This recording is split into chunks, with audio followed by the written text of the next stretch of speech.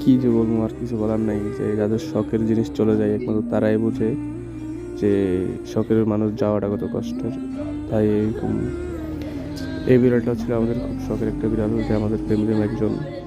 আজকেও চলে গেছে আমাদেরকে ছেড়ে, কিছু বলার নাই। খুব আদরের একটা বিড়াল ছিল আমাদের এটা।